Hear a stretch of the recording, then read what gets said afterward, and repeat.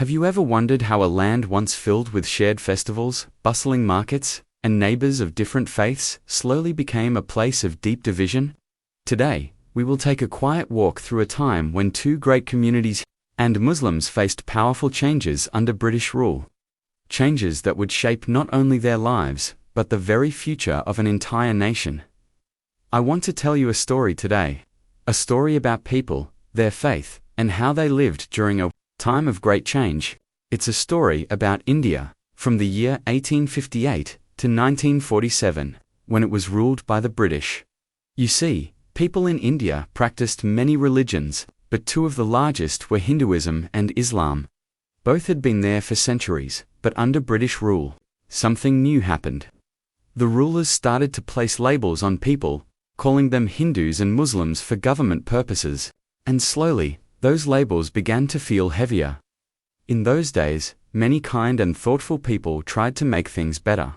Some Hindus wanted to improve their communities by ending unfair practices and helping people get an education. They believed learning could open hearts and minds. At the same time, many Muslims also began focusing on education and protecting their traditions. They were afraid of being left behind in a world that was changing so fast.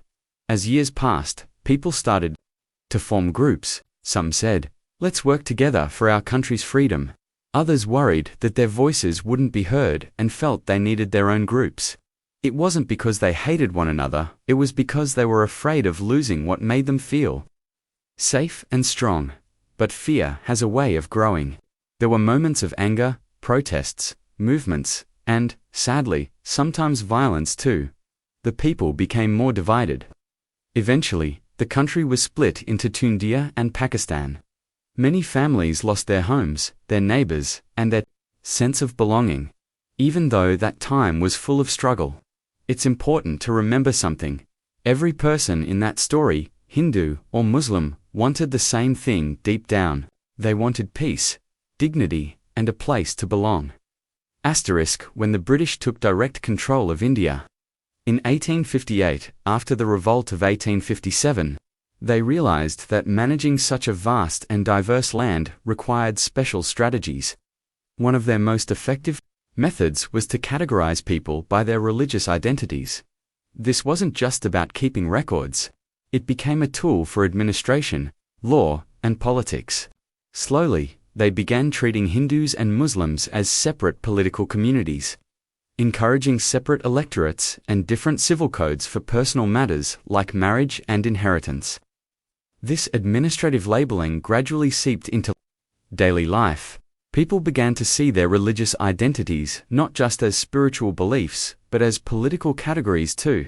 The British also introduced censuses where every person had to declare their religion, making these identities even more rigid. Such policies made people think of themselves as part of competing groups rather than neighbors sharing the same land. Laws such as the Government of India Act further reinforced these divisions by giving separate representation to Hindus and Muslims in legislative councils. Over time, this shifted how people related to each other. British officials often gave government jobs or benefits in ways that seemed to favor one group over the other, deepening suspicion between communities. In schools and workplaces, these divisions quietly grew. What started as a method to simplify governance slowly changed the very way people saw their relationships with each other. The British encouraged community leaders to represent their religious groups, giving more power to those who could speak in the name of Hindus or Muslims. Leaders who once focused on social reforms started speaking more about religious rights. In markets, neighborhoods, and politics, people increasingly defined themselves by their religious identity, which shaped the course of Indian society during British rule in deeply lasting ways. During the British Colonial Period, many Hindu reform movements emerged as a response to the changing world around them.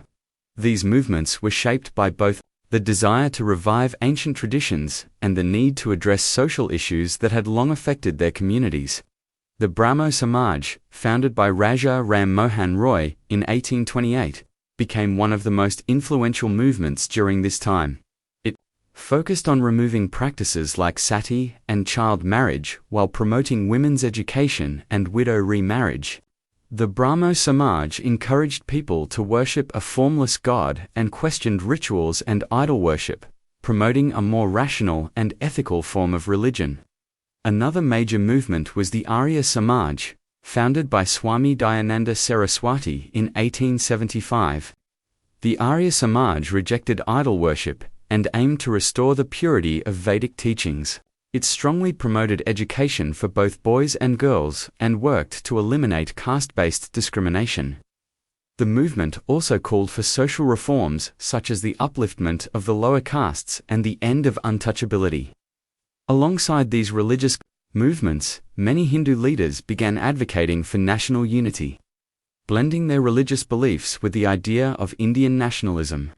Leaders and thinkers like Swami Vivekananda emphasized the spiritual greatness of Hinduism and encouraged people to take pride in their heritage while also working for social improvement. Hindu reformers opened schools, colleges, and charitable organizations to improve literacy and promote a sense of community service. They also campaigned against alcoholism and other social ills, believing that a strong and educated society would be better equipped to resist colonial control.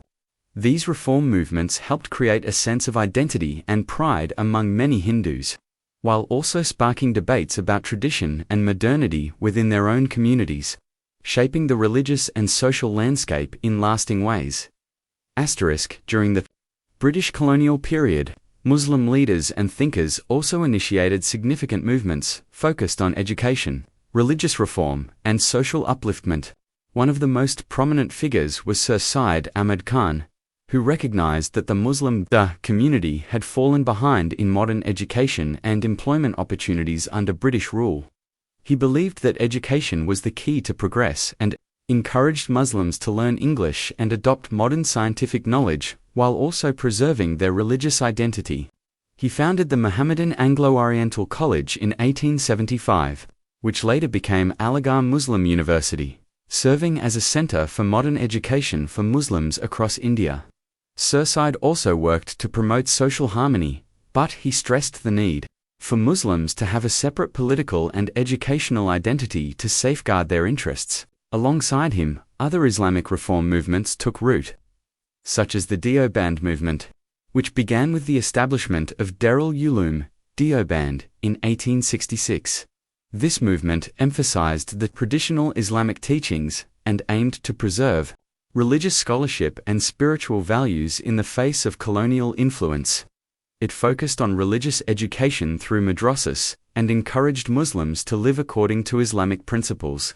Another important movement was the Barelvi movement, which focused on Sufi practices, devotion to the Prophet Muhammad, and the celebration of religious festivals. It sought to protect traditional beliefs and popular Islamic customs that were under threat from reformist movements and colonial rule.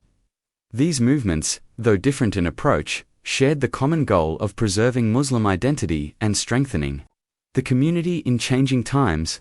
They sparked a cultural revival and provided guidance on how to navigate life under colonial rule. Together, these educational and religious reforms shaped Muslim society deeply, laying the foundation for political awareness and organized efforts to represent their community's interests in the years that followed. During the British colonial period, political organizations began to emerge as platforms for expressing the interests of different communities, including Hindus and Muslims. In 1885, the Indian National Congress was established with the goal of representing all Indians and working for greater participation in government.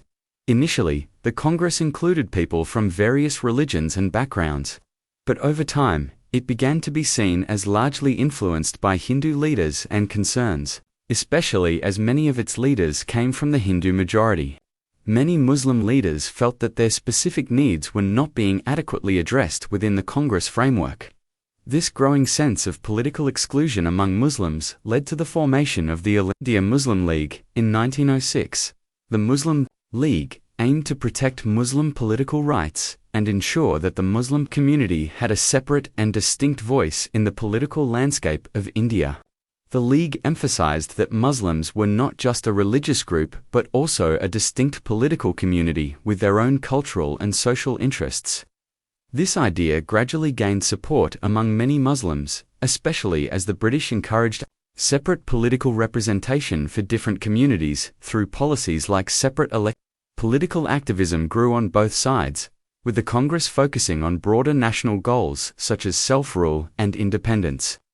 While the Muslim League worked to secure special protections and autonomy for Muslims within any future political arrangement, the division in political goals widened over the years, with many Congress leaders advocating for a united India, while many Muslim League leaders began pushing for the creation of a separate nation for Muslims. These political movements shaped the future of India by deepening communal identities and setting the stage for significant events, such as the demand for Pakistan and the eventual partition of the country, leaving a lasting impact on the subcontinent. During the British Colonial Period, there was a significant cultural awakening within both the Hindu and Muslim communities, particularly focused on education and social progress. Many leaders believed that education was essential for improving their communities and resisting colonial domination. For the Hindu community, reformers strongly promoted modern education alongside traditional learning. They established schools, colleges, and universities to provide access to English, science, and mathematics, while also encouraging the study of ancient Indian texts and Sanskrit.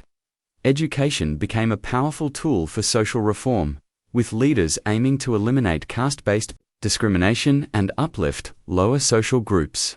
These efforts also included campaigns for women's education and greater participation of women in society, with reformers emphasizing that education was necessary for both men and women to build a stronger society. Similarly, the Muslim community also placed great importance on education as a means of preserving their identity and securing a better future. Sir Syed Ahmed Khan led the way by urging Muslims to adopt modern education, particularly through English-language schools and universities. He believed that understanding modern subjects, such as science and law, was crucial for progress in a changing world. His efforts helped inspire many young Muslims to pursue higher education and careers in government and law. In addition to formal education, many religious scholars within the Muslim community worked to strengthen Islamic religious education by establishing madrasas, where students could study Arabic, theology, and Islamic law. These schools aimed to preserve religious knowledge while responding to modern challenges. Both communities believed that education was not just a path to personal success, but also a way to strengthen their cultural identities and prepare their people for leadership. The spread of education during this time laid the foundation for future political activism and deepened the sense of community, pride, and responsibility within Hindu and Muslim societies alike. As British rule in India neared its end, communal tensions between Hindus and Muslims became more pronounced, fueled by decades of religious, social, and political divisions. Several key events deepened these divides and shaped the final phase of colonial rule. One of the earliest and most significant moments was the Partition of Bengal in 1905, where the British divided Bengal on religious lines, creating a Muslim province in the east and a Hindu-majority province in the west. This decision led to fierce opposition from Hindus, who saw it as an attempt to weaken nationalist unity. While many Muslims initially supported it, hoping for better opportunities in the new province, though the partition was reversed in 1911, it left behind a deep sense of mistrust. In the early 1920s, the Caliphate movement emerged among Muslims to defend the Ottoman Caliphate, which was seen as a symbol of Islamic unity. Many Hindus and Muslims came together during this period, particularly through Mahatma Gandhi's non-cooperation movement, which aimed to unite Indians against British rule. However, the temporary unity soon dissolved after communal riots broke out in several parts of India. Over the following decades, Hindu and Muslim political agendas became more distant. The demand for separate electorates introduced by the British only widened this gap. By the 1930s, the Muslim League, under the leadership of Muhammad Ali Jinnah, began advocating for a separate Muslim nation, arguing that Muslims were a distinct political and cultural community. The Congress, on the other hand, continued to push for a united, secular India. The political atmosphere became increasingly tense, with communal violence erupting in many regions. By 1947, the British agreed to partition India into two independent nations, India and Pakistan. The partition led to one of the largest migrations in history and caused widespread violence, leaving deep scars on both communities that would shape their relations for generations. The story of Hinduism and Muslimism during the British Colonial Period is not just about rulers and revolts, but about people who were trying to protect their faith, their identity, and their future in times of great uncertainty. It is a story of reformers who worked for education and social change, of leaders who spoke for their communities, and of movements that shaped the political destiny of millions. But it is also a story of growing fears and divisions, where communities were slowly pulled apart by policies, politics, and painful events. Through it all, Hindus and Muslims shared common hopes for dignity, respect, and freedom, even though they sometimes walked on different paths. In the end, the partition of 1947 became a turning point that left lasting wounds, but it also reminds us of the importance of understanding the past with honesty and compassion. Because behind every headline, every movement, and every historical date, there were ordinary people, families, neighbors, and friends whose lives were forever changed by these events. Their story asks us to remember that history is not just about division, but also about the shared human longing for peace, safety, and a place to call home.